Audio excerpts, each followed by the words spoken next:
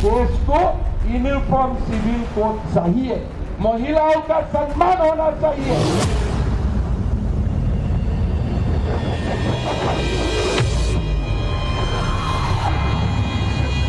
हमारा देश में और कोई ऐसा अब तक श्रद्धा का कहानी है।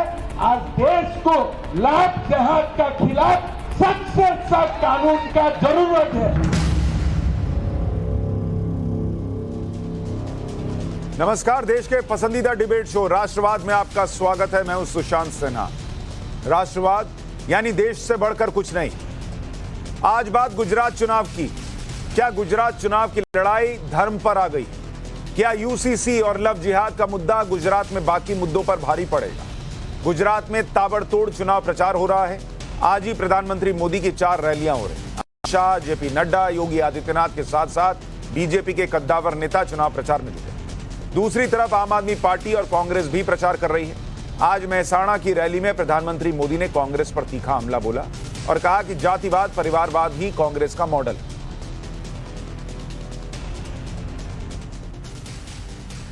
એને ખબર છે કોંગ્રેસનું મોડેલ કેવું છે?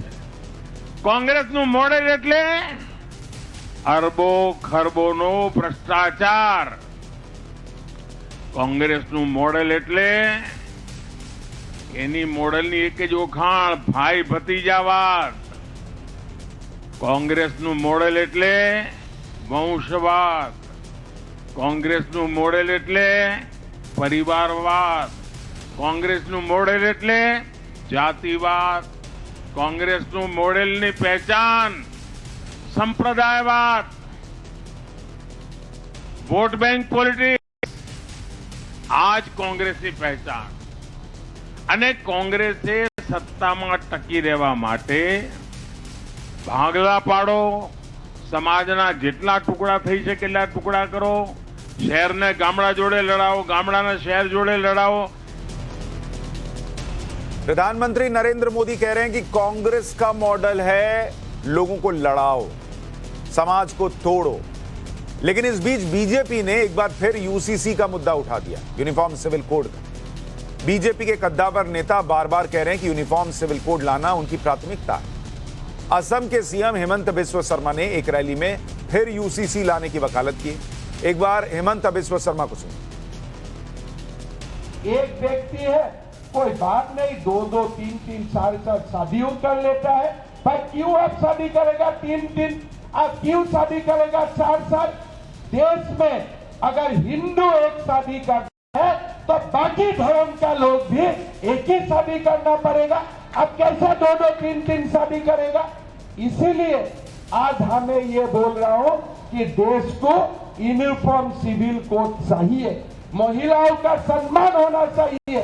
अगर घर में एक बेटा है और एक बेटी है, बेटा का भी जो अधिकार है बेटी को भी वो अधिकार मिलना चाहिए।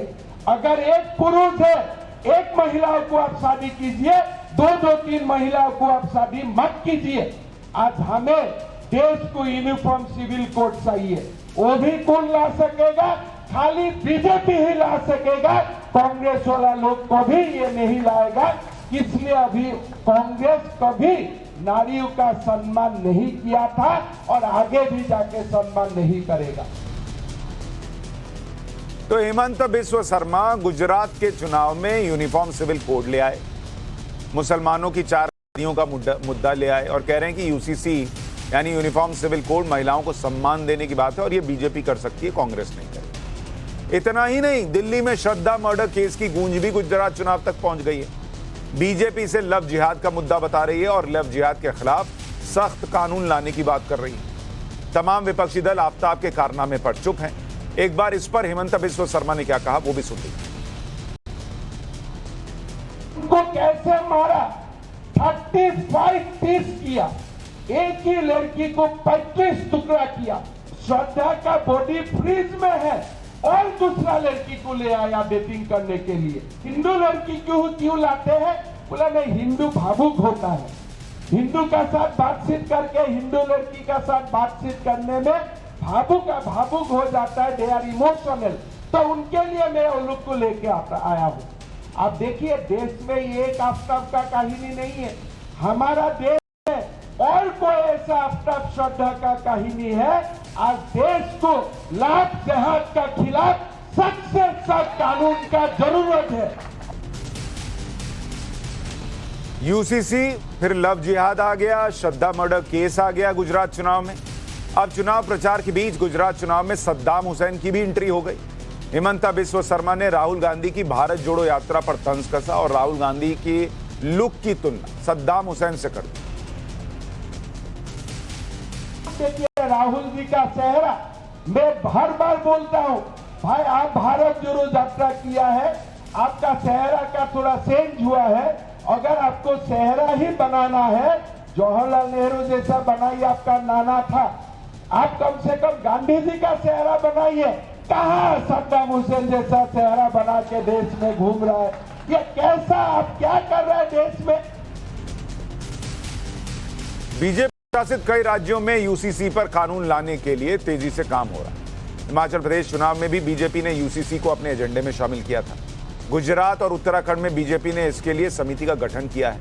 ऐसे में सवाल है कि क्या अब यूसीसी पर राष्ट्रीय कानून लाने का वक्त आ गया है? क्या 2024 के आम चुनाव से पहले बीजेपी इस पर मास्टर स्ट्रोक खेल सकती है, या सिर्फ गुजरात चुनाव में इसका इस्तेमाल हो रहा है पोलराइजेशन? और इसलिए राष्ट्रवाद में आज के सवाल है कि गुजरात मॉडल के बीच यूसीसी का शोर क्यों आया? लव जिहाद और आफ्ताब से कितना वोट मिलेगा? दिल्ली से गुजरात तक ध्रुवीकरण वर्सेस तुष्टीकरण, गुजरात चुनाव में धर्म पर सियासी दांव चलेगा क्या? इस पर चर्चा करने के लिए आर राजगोपालन वरिष्ठ पत्रकार हमारे साथ जुड़ रहे हैं, संगीत रागी राजनीतिक विश्लेषक जुड़ रहे हैं, लोकेश जिंदल कांग्रेस के नेता जुड़ रहे हैं और दुष्यंत नागर राजनीतिक विश्लेषक जुड़ रहे हैं। आप सभी का बहुत स्वागत है। संगीत रागी जी, एक तरफ चर्चा यह है कि भाई बीजेपी गुजरात के अंदर जीत रही है, बीजेपी गुजरात के अंदर अपने पिछले जो कुछ परफॉर्मेंसेस रहे उससे बेहतर करने जा रही है, ट्रिपल डिजिट में होगी, 125, 30, 40 तमाम तरह की बातें, इतनी सीटें जीतेगी। गुजरात मॉडल पर चर्चा हो, प्रधानमंत्री कहते हैं। लेकिन दूसरी तरफ जैसे जैसे वोटिंग नजदीक आ रही है, यूसीसी भी आ गया, लव जिहाद भी आ गया, श्रद्धा मर्डर केस भी आ गया, आफ्ताब भी आ गया। क्या ये लास्ट मिनट पर पोलराइजेशन की कोशिश है और क्या इसका मतलब यह है कि बीजेपी अभी कंफर्टेबल पोजीशन में महसूस नहीं कर रही खुद को?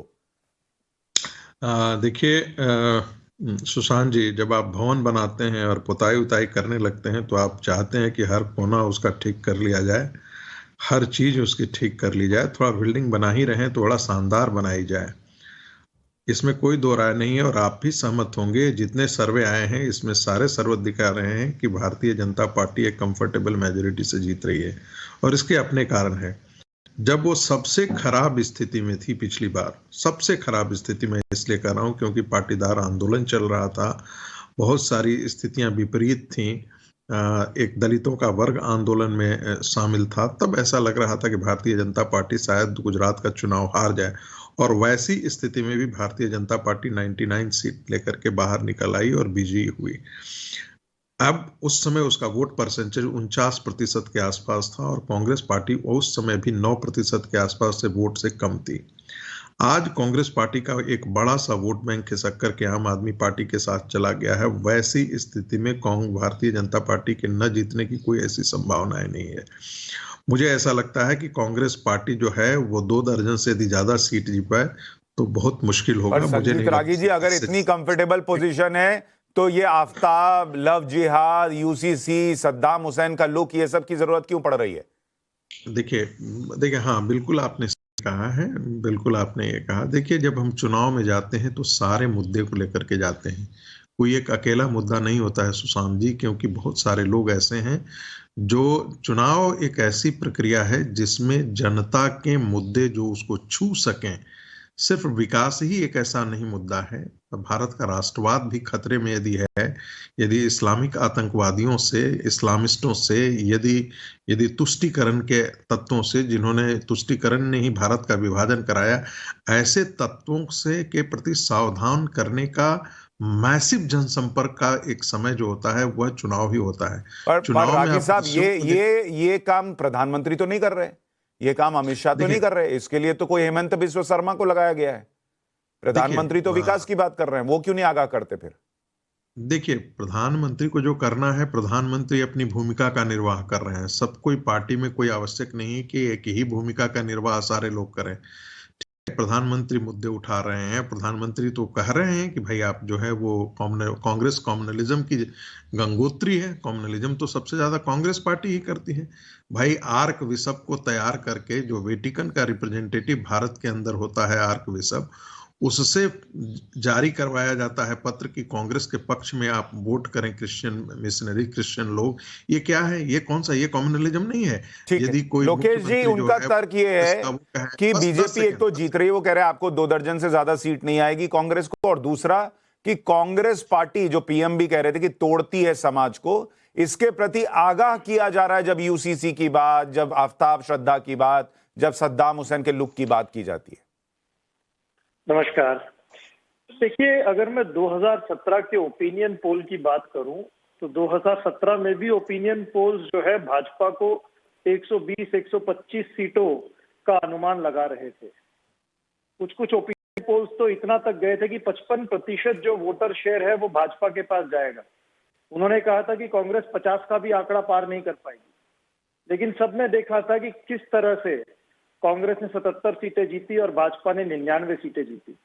और ये जो पट्टीदार आंदोलन की बात कर रहे हैं, इतना कुछ खास प्रभाव पट्टीदार आंदोलन का 2017 के चुनावों में नहीं पड़ा था।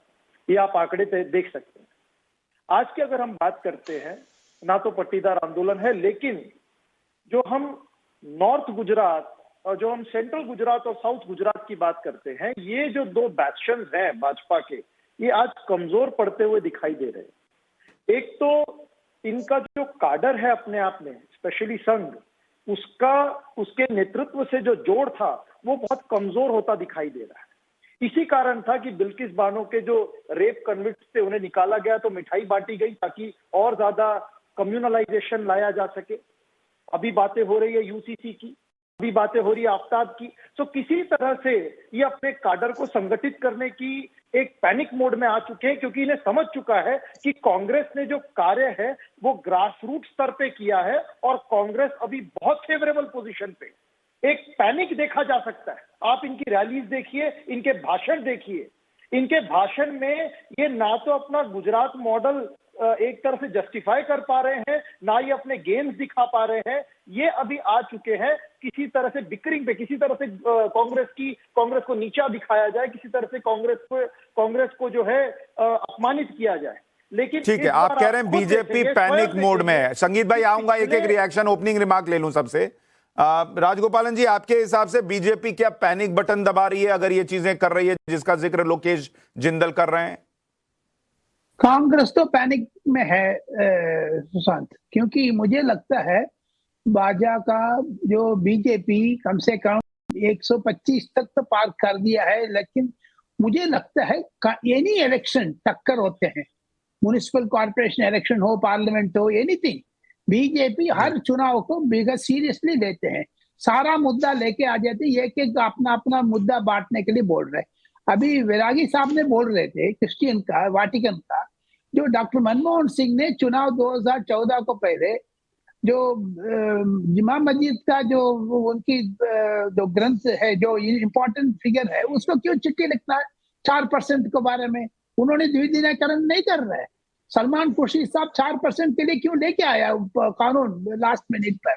एंड सेकंड थिंग, यूसीसी तो आज नहीं है, कल नहीं है, कम से कम 25 बार सुप्रीम कोर्ट से आ गया, लॉ कमीशन कर लिया है, जिसको दौड़ाने में क्या जरूरत नहीं है। लेकिन यूसीसी नहीं, पर राजगोपालन जी, कोई ये पूछेगा कि अगर यूसीसी इतने टाइम से आ गया, बीजेपी का मैंडेट है कि भाई यूसीसी लेकर आऊंगा, तो 27 साल से गुजरात में क्यों नहीं लेकर आए? अरे हर एक का हर टाइम होते हैं भाई। क्यों राहुल गांधी को भी आज टाइम आ गया गुजरात देखने के लिए? भारत जोड़ो यात्रा को छोड़ करके गुजरात आ गया, उसको भी टाइम है। तो यूसीसी लेके आने के लिए टाइम हर वक्त है, हर अलग का वक्त अलग अलग है। ये पॉलिटिक्स स्टूडियो में निर्णय नहीं करते हैं। राजगोपाल हो, नहीं तो सिन्हा हो, नहीं तो दुष्यंत नागर हो, कुछ नहीं कर सकते। ये पॉलिटिक्स अपना जगह पर है, जो निर्णय करना अपना जगह पर है, क्योंकि यूसीसी का महत्व है। मुझे लगता है यूसीसी 2024 चुनाव को बात लेके आएंगे, इसीलिए गर्म बना रहे। 4-5 स्टेट्स में उन्होंने कानून बना देंगे, पर ऑटोमेटिकली ये कानून हो जाते हैं। तो ठीक है, therefore आप मुझे कह रहे हैं लगता है बीजेपी पैनिक मोड में नहीं है, कांग्रेस पैनिक मोड में है और यूसीसी वगैरह का सही समय है, इसलिए इसकी चर्चा अब की जा रही है। दुष्यंत नागर साहब, कौन पैनिक मोड में आपको दिख रहा है और जो मुद्दे अब उठ रहे हैं, क्या जो राजगोपालन जी कह रहे हैं कि भाई बीजेपी हर मुद्दा जो है वो पब्लिक के बीच लेकर जाती है, इसलिए सबकी बात हो रही है, ऐसा नहीं है कि कोई ध्रुवीकरण की कोशिश है। वो कह रहे हैं ध्रुवीकरण तो मनमोहन सिंह करते थे जब वो चिट्ठी लिखते थे शाही इमाम को। जी बिल्कुल, मैं इनकी बात से सहमत नहीं हूँ। और सबसे पहले मैं इनको ये कहना चाहता हूँ, मेरे रेस्पेक्टेड हैं, बड़े भाई हैं, कि आप उस स्टूडियो की ताकत को कम करके मत आके भारतीय जनता पार्टी के नैरेटिव को बनाने में स्टूडियो की भूमिका कम नहीं है। जमीन से ज्यादा काम स्टूडियो में होता है। जिस प्रकार से भाजपा के समर्थक और प्रवक्ता तेज तर्रार युवा आके जो माहौल बनाते हैं, उसका भी अपना एक प्रभाव है। उनकी मेहनत को आप शून्य मत करिए। दूसरी बात मैं ये कहना चाहता हूं, देखिए ये बात भी गलत है कि भारतीय जनता पार्टी लोगों के बीच में लेके जाती है, चर्चा के लिए लेके जाती है। नोटबंदी के लिए आप चर्चा की, आपने प्राइवेटाइजेशन के लिए चर्चा की, आपने नहीं की। आपने जॉब्स के ऊपर आप चर्चा करते, आप नहीं करते। यूसीसी के ऊपर तो 91 से बातचीत हो रही है। हम तो पढ़ते थे, तब से हम समान नागरिक संहिता के विषय में आडवाणी जी के भाषण सुनते रहे। ओवरऑल अगर पूरे चुनाव को देखें तो पैनिक मोड में भारतीय जनता पार्टी है, क्योंकि भारतीय जनता पार्टी के पास गवर्नमेंट भी है। भारतीय जनता पार्टी के पास हर तरीके की शक्ति और संसाधन है। कांग्रेस पार्टी तो गांधीवादी तरीके से चुनाव लड़ रही है, उनकी तो रैलियां भी नहीं हो पा रही, उनके पास तो सोशल मीडिया में भी इतना प्रमोशन नहीं हो रहा है। तो कांग्रेस तो गांधी के राज्य में गांधीवादी तरीके से घर घर जाके अपनी बात कह रही है, जो एक आदर्श चुनाव प्रचार का तरीका है, जैसा कि सबको अपनाना चाहिए। और भारतीय जनता पार्टी ताकत होते हुए भी, संसाधन होते हुए भी आज पैनिक मोड में है। सही से चर्चा नहीं हो रही। जो हमारे उत्तर प्रदेश और बिहार के युवा वहां पे काम कर रहे थे, उनकी नौकरियां गई हैं, उसके ऊपर चर्चा नहीं हो रही। जो हमारा कपड़ा उद्योग है गुजरात का, जो पूरे देश की इकोनॉमी में बड़ा रोल रखता था, उसका कमजोर होना ये दिखाता है कि हम आर्थिक मोर्चे पे भी कहीं ना कहीं परेशानी में हैं। संगीत रागी जी, पैनिक मोड में दो लोग बता रहे हैं बीजेपी को, दो लोग बता रहे हैं कांग्रेस को। अब पब्लिक कंफ्यूज, पैनिक मोड में कौन है?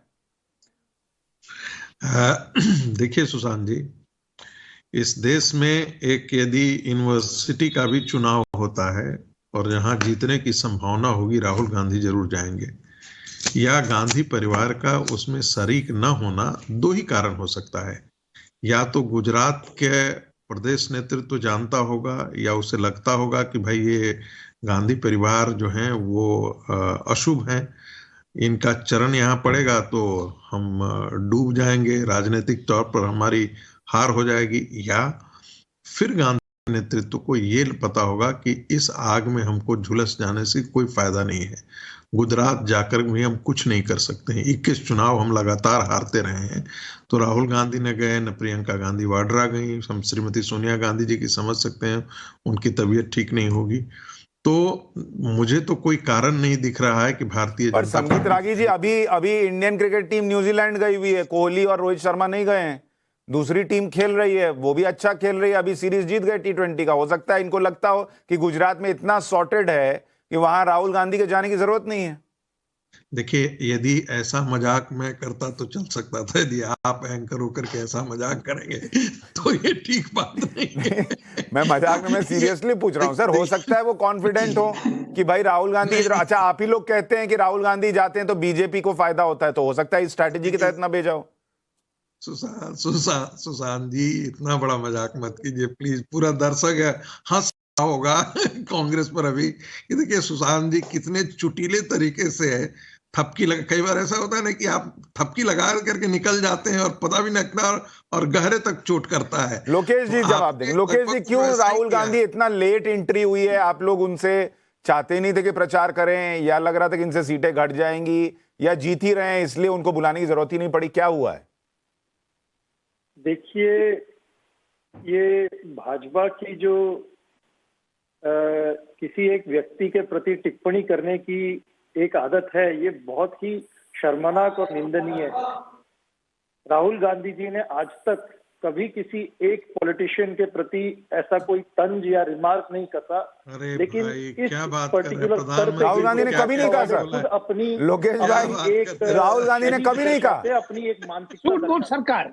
दूसरी बात, अभी राजकोट रैली में राहुल गांधी जी ने एक बहुत अच्छा मुद्दा उठाया।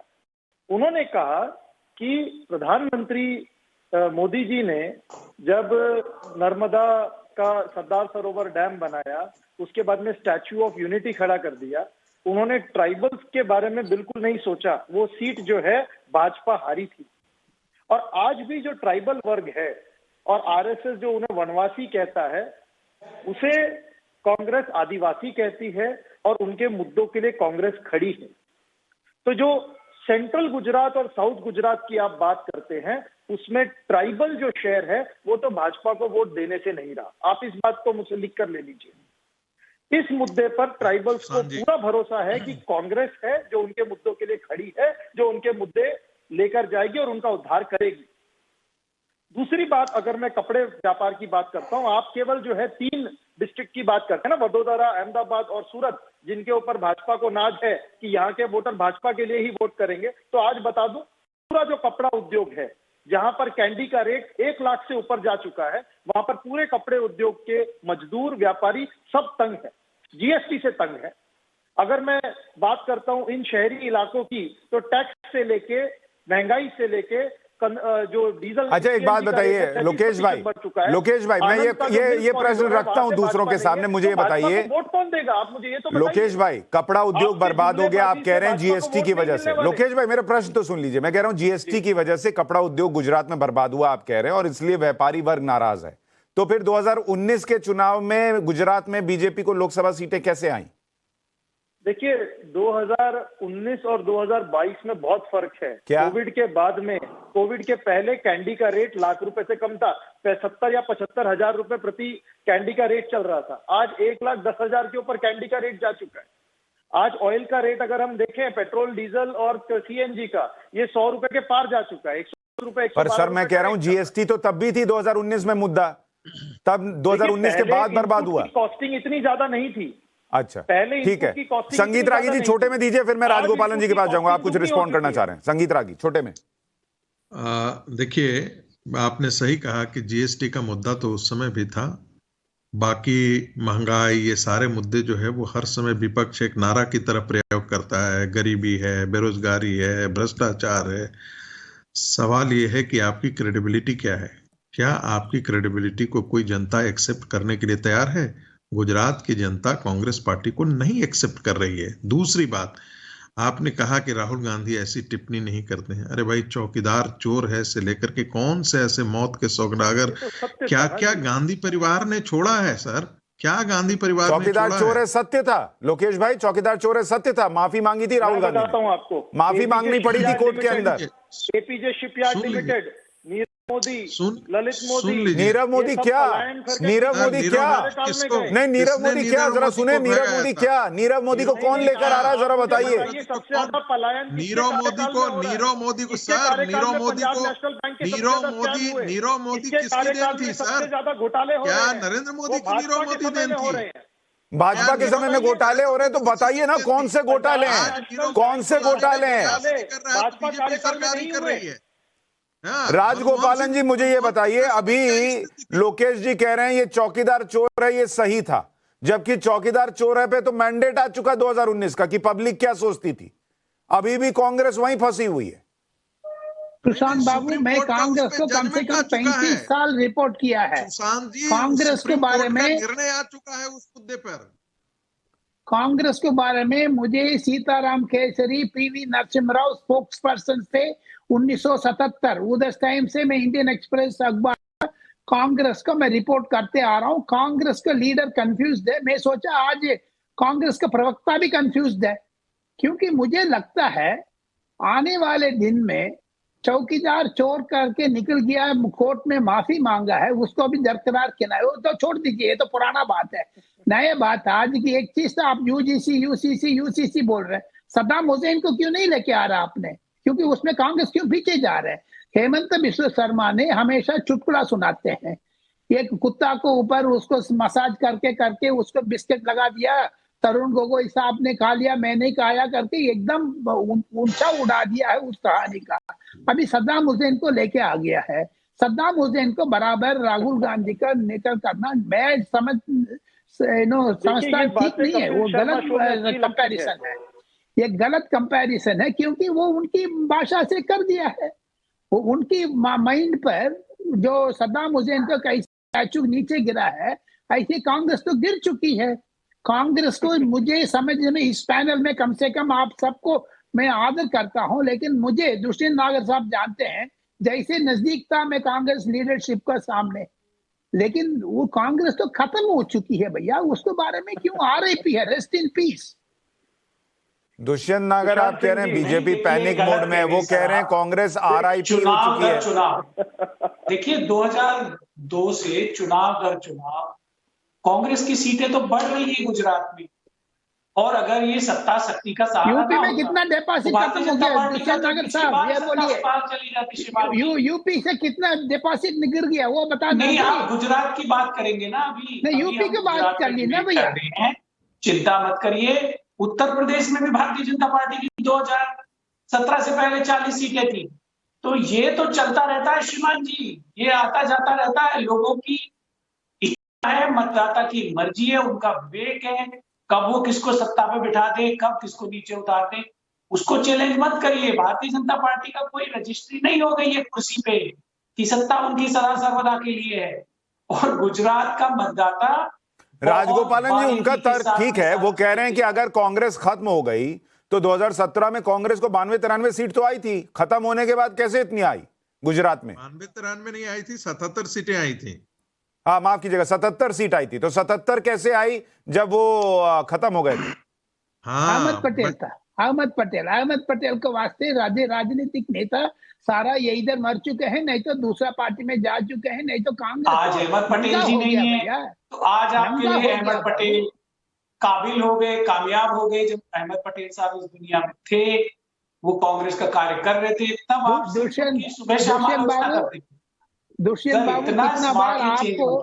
दुष्यंत बाबू कितना बार आपको मैं अहमद पटेल रूम में मिला है, कितना बार मुझे बात किया, आपको पता है सारी चीज।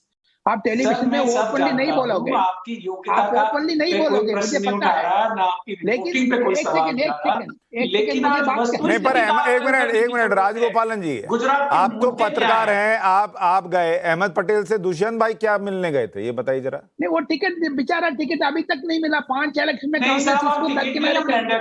के लिए जाते रहते थे, हमारा तो मिलना सभी नेताओं से होता, हम तो सुषमा जी से भी मिलते थे, सुमित्रा महाजन जी से भी मिलते थे, पर वो कह रहे थे आप अहमद पटेल के पास टिकट मांगने गए थे, आपको मिला नहीं, ये सच है क्या दुष्यंत भाई जी? आप अहमद पटेल के पास टिकट मांगने गए थे, मिला नहीं, ऐसा हुआ था क्या? जी नहीं, मैं कभी टिकट मांगने नहीं गया। लैंड एक्विजिशन बिल के कांग्रेस भी नहीं हम सभी सांसदगणों के पास प्रवक्ता होने के बावजूद उसके लिए अहमद पटेल साहब कांग्रेस दुष्यंत नागर को एमपी सीट देना चाहिए। सुमित्रा महाजन जी के पास भी स्टैंडिंग कमेटी की चेयरमैन थी, राजनाथ सिंह जी को भी बुलाया हमने तो, अब लेकिन आप उसमें से एक नेता को उठा लेंगे तो आप उस पर चर्चा कर सकते हैं। राजनाथ जी के बारे में नहीं कहा नहीं, कांग्रेस ने दुष्यंत नागर साहब को सीट दे करके उनकी गौरव करना चाहिए। नहीं साहब, मेरे को सीट दरकिनारे कर दिया। मैं तो ये छोटे मोटे मुद्दे हैं जो जनता से जुड़े, उनके बारे में बात करता हूँ, सीट वगैरह तो ठीक है, मैं कोई बात नहीं, अगर मांगने भी गए थे टिकट कोई बुराई नहीं है, चुनाव लड़ना कोई बुरी बात नहीं है, आप योग्य आदमी हैं, अगर पॉलिटिक्स में आ जाएंगे तो अच्छा ही रहेगा, इसमें कोई बुराई नहीं है। संगीत रागी जी मुझे ये बताइए, क्या ये राजगोपालन जी जो कह रहे हैं कि अहमद पटेल के बाद कांग्रेस जो है वो और खत्म हो गई, क्या ये एनालिसिस उनका आपको ठीक लग रहा है? देखिए, वाकई कांग्रेस की एक पीढ़ी थी जिसमें मधुसूदन मिस्त्री हैं, सोलंकी साहब थे, मुझे लगता है कि वो अब एक अपने ढलान पर हैं, उनकी जो एक्सेप्टेबिलिटी है गुजरात के अंदर अब वो रही नहीं, और जो इस प्रकार का अहमद पटेल का जो एक संगठन क्षमता थी, उनकी एक्सेप्टेबिलिटी थी। देखिए, नेतृत्व तभी तक आपकी बचती है जब लोग एक्सेप्ट आपको नेता के तौर पर करते हैं। न तो मधुसूदन मिस्त्री को इस ढंग से लोग एक्सेप्ट करते हैं, ना बाकी कोई इनके पास नेता है जो पैन गुजरात को एड्रेस कर सके। तो ऐसी स्थिति में यदि है तो भारतीय जनता पार्टी के पास ही वो नेतृत्व है, वो दे सकती है, वो क्षमता दे सकती है। और गुजरात और भारतीय जनता पार्टी एक दूसरे के लगभग पर्याय हो चुके हैं, आप इसे माने अथवा न लोकेश जी, माने। क्या अहमद पटेल का ना होना इस बार आप लोगों को नुकसान देगा? और दूसरा, उसमें फिर आम आदमी पार्टी की भी एंट्री हो गई, जो कहा जा रहा है कि कांग्रेस के वोट काट रही है। देखिए, अहमद पटेल जी एक बड़े कद्दावर नेता थे और कांग्रेस को बहुत मान रहा है उन पे, और उनके बाद भी कांग्रेस में बहुत कद्दावर नेता हैं जो योग्य हैं, सक्षम है। तो ऐसा नहीं है कि उनकी जगह कोई और ले नहीं सकता। और दूसरी बात, अगर आप आम आदमी पार्टी की बात करेंगे तो हमें तो लगता है आम आदमी पार्टी ज्यादा नुकसान भाजपा का करेगी। जो कांग्रेस का वोट बैंक है, जो सोशल बेस है, वो इंटैक्ट है। जो ज्यादा से ज्यादा आप देखिए, सूरत ईस्ट कॉन्स्टिट्यूएंसी में जो पूरा का पूरा माहौल खड़ा हुआ, जहां पे आम आदमी पार्टी के जो प्रत्याशी थे उनको किडनैप किया गया, बाद में वो बाहर निकले, उन्होंने कहा कि अब मुझे इलेक्शन नहीं लड़ने। ये पूरा जो ड्रामा हो रहा है, इससे पता लगता है कि अगर कोई आम आदमी पार्टी चोट पहुंचाएगी तो वो भाजपा को पहुंचाएगी, ना कि कांग्रेस को। संगीत रागी, आम आदमी पार्टी बीजेपी के वोट काट रही है आपके हिसाब से? देखिए सुशांत जी, रीजनल पार्टी जहां भी जाती है वो भारतीय जनता पार्टी को कम नुकसान करती है और कांग्रेस को ज्यादा नुकसान करती है। और उसके अपने कारण है, क्योंकि कांग्रेस पार्टी के पास न कोई वैचारिक, पहले वो सत्ता का लासा हुआ करता था जिससे कांग्रेस पार्टी चिपकी हुई रहती थी। अब वो सत्ता का लासा जैसे ही हटाते हैं उसका ऑर्गेनाइजेशन बिखर जाता है। तो ऐसे बिखराव में कांग्रेस को अपने अंदर लाना, उनके लोगों को लाना, सबसे ज्यादा कौन पार्टी टूटती है? सबसे ज्यादा किसके कार्य टूटते हैं? इन्हीं के टूटते हैं। हर प्रदेश में इनके टूट जाते हैं। इनको ये भरोसा ही नहीं रहता कि कौन पार्टी आज सांसद है, कल हमारा निकल जाएगा, कौन विधायक कब निकल जाएगा, इनको पता ही नहीं होता है। कारण क्या है? जब क्षेत्रीय पार्टियां आती हैं, आपने देखा होगा कि क्षेत्रीय पार्टियां जो है पूरे उत्तर भारत में या दक्षिण भारत में कांग्रेस को रिप्लेस करती है। वो भारतीय जनता पार्टी से नहीं पार्टी कब से क्षेत्रीय पार्टी हो गई साहब? सर सुनिए तो सही, सर सुनिए। आम आदमी पार्टी आपको पंजाब में गई तो आपको पंजाब में खदेड़ करके बाहर निकाल दिया। आम आदमी वही उत्तराखंड में जाती है तो वो पिट जाती है। आम आदमी हिमाचल प्रदेश में जाती है, वो पिट जाती है। आम आदमी उत्तर प्रदेश में अपना गई, पिट गई। आम आदमी पार्टी जो है वो गुजरात में भी पिछली बार ट्राई की थी, पिट गई। आम आदमी पार्टी गोवा में गई, पिट गई। लेकिन आम आदमी पार्टी जब कांग्रेस से टकराती है तो कांग्रेस को पटक करके वहीं रौंद डालती है और आगे बढ़ जाती है। यहाँ भी जो है गुजरात में भी आपका धोबिया पाठ जो है वो आम आदमी पार्टी ही करने वाली है। हाँ, ये अब मैं मानता हूँ कि राजगोपालन जी, क्या आपको भी यही लग रहा है आम आदमी पार्टी बीजेपी का वोट काट रही है, कांग्रेस का काट रही है? सुनिए, जो मेरा एक्सपीरियंस से मैं ये कहता हूँ, आम आदमी पार्टी कटुआ पार्टी है, कांग्रेस की कटुआ पार्टी है। देखिएगा, ममता बनर्जी ने मेघालय गया, गोवा गया, खत्म हो गया, लेकिन आम आदमी पार्टी गया, कांग्रेस को खत्म कर दिया। भाई, ममता बनर्जी तो नहीं कर पाई थी, लेकिन जगन रेड्डी ने जा करके किया है, कांग्रेस को कटवा दिया है। जो आम आदमी पार्टी उधर है नहीं है। लेकिन तमिलनाडु में देखिएगा, डीएमके को खत्म कर दिया लास्ट जनरल इलेक्शन में, इस बार तो मौका दिया है। सो वेरेवर कांग्रेस गोस, मुझे लगता है सुशांत बाबू, मैं कम से कम एक रिसर्च किया हूं उसको बारे में, कम से कम 2-3 महीने ध्यान दिया है, अध्ययन किए हैं उसको। मुझे लगता है कांग्रेस खत्म हो चुकी है। मुझे लगता है आम आदमी पार्टी कांग्रेस को एकदम सीमेंट डाल करके लेंटर डाल देगा ऊपर।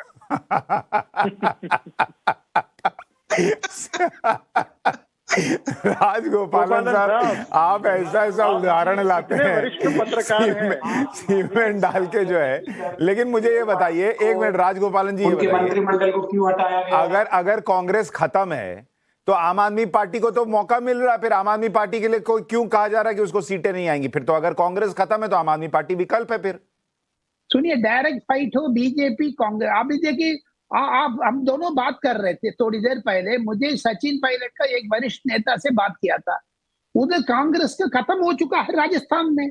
आपने तो इतना दूर क्यों गुजरात घूम रहे हो? जो मिलन दियोरा का नहीं, पर राजगोपालन सर एक चीज बताइए, अगर कांग्रेस खत्म है तो फाइट बीजेपी वर्सेस कांग्रेस कैसे है? फिर तो बीजेपी वर्सेस आप होनी चाहिए। नहीं, बीजेपी वर्सेस, मुझे लगता है बीजेपी को कोई टक्कर लेने का आदमी आदमी है नहीं है भैया अभी चुनाव गुजरात तो कितनी में। सीट आएगी? ये हर- 160 आएगी क्या बीजेपी को? सुनो गुजरात में नरेंद्र मोदी को भगवान मानते हैं, ऐसे नहीं है सदाम हुसैन नहीं मानते हैं, भगवान मानते हैं। दूसरी चीज है मुझे लगता है 125 130 में बैठेगा, बाकी सीटों कांग्रेस को दबदबाव है उधर जरूर, लेकिन वोट नहीं मिलता है। आदमी है बहुत, सब लोग बुढ़ा हो गया है, जरा मेरा तरह से एकदम उम्र निकल गया सबको। तो मुझे धीरे धीरे खत्म होने का कांग्रेस का, आम आदमी तो काटते जा रहे। दुष्यंत नागर जी, आपके हिसाब से आम आदमी पार्टी किसके वोट काट रही है? देखिए, वोट तो दोनों के ही काट रही है। आम आदमी पार्टी शहरी क्षेत्र में अगर बीजेपी की काट रही है तो कांग्रेस को ग्रामीण क्षेत्र में नुकसान पहुंचा रही है। लेकिन मैं सर से, राजगोपाल सर से, भारतीय जनता पार्टी अब गुजरात में एक पर्याय बन चुकी है प्रशासन का, राजनीति का, तो विजय रूपाणी जी, नितिन पटेल, वो पूरे मंत्रिमंडल को क्यों हटाना पड़ा? 53 लोगों के टिकट क्यों काटने पड़े? 19 लोगों को पार्टी से बर्खास्त क्यों करना पड़ा? क्या कारण है? इसके ऊपर भी थोड़ा प्रकाश मैं जवाब दे दूंगा। दुष्यंत नागर बाबू, आप कांग्रेस के बहुत वरिष्ठ नेता है, सब कुछ कांग्रेस के बारे में जानते हैं, लेकिन जो मैं जानता हूं आपको नहीं जान पाएंगे।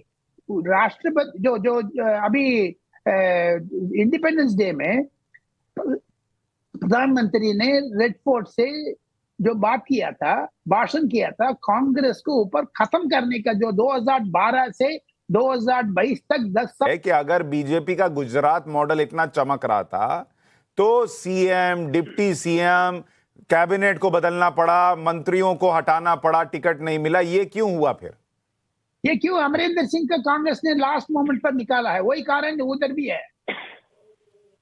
लोकेश जिंदल जी, देखिए, ये सपने देखते हैं कांग्रेस मुक्त भारत के, लेकिन जब भी कोई कांग्रेस नेता भाजपा ज्वाइन करता है तो ये इतना जश्न मनाते हैं, उन्हें मिनिस्ट्री की बर्थ देते हैं और वो ऐसे सेलिब्रेट करते हैं कि जैसे पता नहीं कितना बड़ा इन्होंने जो है माइलस्टोन हासिल कर लिया। जो भाजपा है वो अब कांग्रेस युक्त होती जा रही है और ये चीज का इन लोगों को बिल्कुल भी आभास नहीं है कि इनकी खुद के काडर का मोराल कितना डाउन हो चुका है। इनको नहीं पता कि इनके जो ऑपरेशन लोटस है और इनके जो कारनामे हैं, इससे पूरे देश में इनकी छवि खराब हो चुकी है। सबको पता लग चुका है कि भाजपा एक अवसरवादी पॉलिटिकल पार्टी है जिसकी ना। अच्छा लोकेश जी, मैं इसका एक काउंटर प्रश्न पूछता हूं। लोकेश भाई, आप कह रहे हैं बीजेपी में लोग आते हैं, इससे बीजेपी की छवि लोगों में और उनके खुद के काडर में खराब हुई। अब मैं एक एग्जांपल देता हूं, जैसे उत्तराखंड में आम आदमी पार्टी का कैंडिडेट, सीएम कैंडिडेट खुद बीजेपी में आ गया, लेकिन आम आदमी बीजेपी की वहां उत्तराखंड में सरकार बनी। तो अगर ये खराब लग रहा है लोगों को, काडर को, तो कैसे उत्तराखंड में सरकार बनी? देखिए, अगर मैं बात करता हूं उत्तराखंड की और गुजरात की, ये दोनों राज्यों को कंपेयर करना ठीक नहीं होगा, क्योंकि गुजरात अच्छा, मतलब उत्तराखंड में लोगों को बुरा नहीं लगा है, गुजरात में लगा है? नहीं, गुजरात की अगर मैं बात करता हूं, इसमें भाजपा की सत्ता जो है पिछले 25 वर्षों से है। भाजपा ने बहुत मुंगेरी लाल के सपने दिखाए हैं लोगों को, लेकिन आज गुजरात की जो हालत है वो वैसी की वैसी है, बदतर है। जो इन्होंने स्टैच्यू ऑफ यूनिटी खड़े किए हैं, एक स्टेडियम को प्रधानमंत्री ने अपने नाम पर कर दिया, ये सरदार वल्लभ भाई पटेल की जय जयकार तो करते हैं, लेकिन उनका नाम हटा के अपना नाम ज्यादा प्रमोट करते हैं। ये सब जनता को दिख रहा है। जनता को दिख रहा है कि किस तरह से उन्हें जो वादे दिए गए थे उनका मजाक उड़ाया गया और केवल प्रमोशन किया गया है। केवल पूरी और पूरी सत्ता 2 उद्योगपतियों के हाथ में दे दी गई है। और जब आम जनता बात करती है बेरोजगारी की, महंगाई की, आम जनता बात करती है पढ़ाई की, तो इस बात पे भाजपा की ना तो कोई नीति है और ना किसी प्रकार का भाजपा इस पर जवाब देती है। आप भाजपा का इलेक्शन मैनिफेस्टो देख लीजिए, जहां पर भाजपा ने किसी भी प्रकार की स्पष्टीकरण नहीं मैं आपकी कदर करता हूं, आप पढ़े लिखे व्यक्ति लगते हैं मुझे जब आपसे चर्चा करता हूं, तो इसलिए मैं आपसे उम्मीद नहीं करता कि ये 2 बिजनेसमैन को दे दिया है सब कुछ, ये मैं आपसे एक्सपेक्ट नहीं करता। जो लोग बोलते हैं बोलने दीजिए, आपकी पार्टी के लोग बोलते हैं। बात मोनोपोली की अगर की जाए, नहीं, कोई मोनोपोली नहीं है सर, नहीं कोई मोनोपोली नहीं है। कमीशन ऑफ इंडिया जिसका एस्टैब्लिशमेंट किया गया था सर, प्लीज फिर देखिए, मैं मोनोपोली कम से कम हो सर, और लोकेश भाई, कंपटीशन हो, लोकेश भाई, लोगों के बीच। अभी जैसे 5G आया, 5G जो है उसमें सारे प्लेयर्स आए, सबने जो है वो 5G के लिए बिड किया, इसमें क्या मोनोपोली है मुझे बताइए, कौन सी चीज उठा के दे दी गई, लो तुम ले जाओ? देखिए, जो पब्लिक सेक्टर यूनिट्स है, इसका इन सभी बिड्स में होना बहुत आवश्यक हुआ करता था, क्योंकि ये एक बेंचमार्क होते थे, ये मेक श्योर करते थे कि किसी भी प्रकार का मोनोपोली ना हो। लेकिन भाजपा के राज्य में क्या हुआ, इन सभी पब्लिक सेक्टर यूनिट्स का निजीकरण होना शुरू हो गया। अरे भाई, अरे मुझे एक बात बताइए सर, लोकेश भाई, मुझे एक बात बताइए, जैसे मैं 5G का ही एग्जांपल ले रहा हूं, अब MTNL और BSNL का जो है, अभी कितना लोगों के पास सिम, आपके पास कौन सा सिम है मुझे बताइए? मेरे पास आइडिया वोडाफोन का सिम है। आइडिया वोडाफोन का सिम है, आपने क्यों नहीं ले रखा है सरकारी? देखिए, चॉइस है पर्सनल, काफी सालों से वही चॉइस आ गया, क्यों? उधर परफॉर्मेंस नहीं है, उधर परफॉर्मेंस नहीं है, नेटवर्क का दिक्कत होगा, स्पीड नहीं होगी, फोन ठीक से लगेगा नहीं लगेगा, इसलिए आपने वोडाफोन ले लिया। दुष्यंत नगर आपके पास कौन सा सिम है बताइए जरा? गुजरात में आ जाए, दुष्यंत नगर आपके पास कौन सा सिम है? BSNL का फोन जरूर, BSNL का सिम जरूर लूंगा, लेकिन लूंगा, BSNL को फोन अभी भी तक आज बैठे हुए थे, अब सरकार लूंगा। में। संगीत रागी आपके पास कौन सा सिम है बताइए जरा? तो जो एयरटेल, राजगोपालन जी आपके पास कौन सा सिम है? उनके पैरों में एयरटेल, और तब उनकी कंपटीशन कराती है। पैनल में एक आइडिया वोडाफोन है, दुष्यंत भाई ने BSNL नहीं ले रखा है। सुशांत जी, राहुल गांधी का पूछिए, सोनिया गांधी का पूछिए और रॉबर्ट वाड्रा का पूछिए, एयरटेल है या अच्छा सुनिए, मैं आपको चैलेंज देता हूं, लोकेश भाई के पास उनका नंबर ही नहीं होगा, वो कैसे बताएंगे कि उनके पास किसका सिम है? देखिए, सुनिए, बात नंबर की नहीं होती, बात नंबर की होती है सर। राहुल गांधी कहते हैं मैं एक्सेसिबल हूं, वो एक्सेसिबल ही तो नहीं है। लेकिन मैं ये बता, रागी साहब ये देखिए कि लोग बात करेंगे देश की, लेकिन सिम लेके लगाएंगे एयरटेल का, इसका उसका, और फिर कहेंगे 2 लोगों को देश बेच दिया। ये पब्लिक नहीं देखेगी क्या सर? देखिए, तकिया कलाम, सबसे पहले तो मैं कह दूं कांग्रेस के प्रवक्ता को कि ये लिबरलाइजेशन का प्रोसेस जो है वो कांग्रेस के जमाने में हुआ, और अच्छा हुआ क्योंकि नेहरूवियन मॉडल में ग्रोथ रेट जो होता वो 2% होता था। आपको हिंदू ग्रोथ रेट कहा जाता था। मैंने वो पाठशाला में बताया था कि नेहरू जी की नीतियों में पाकिस्तान की ग्रोथ रेट हमसे बेटर होती थी। वो तो बाद में जाके जो चीजें हुई उसमें सुधार हुआ। मैं माफी चाहूंगा, वक्त इतना ही है, लेकिन इतना जरूर है, सब लोग मान रहे हैं कि इस चुनाव में बीजेपी को बढ़त दिख रही है, कांग्रेस पार्टी प्रयास कर रही है, आम आदमी पार्टी किसके वोट काट रही है, ये नतीजे आने पर पता चलेगा। बहुत शुक्रिया आप सभी का राष्ट्रवाद में इस चर्चा में जुड़ने के लिए। एक छोटा सा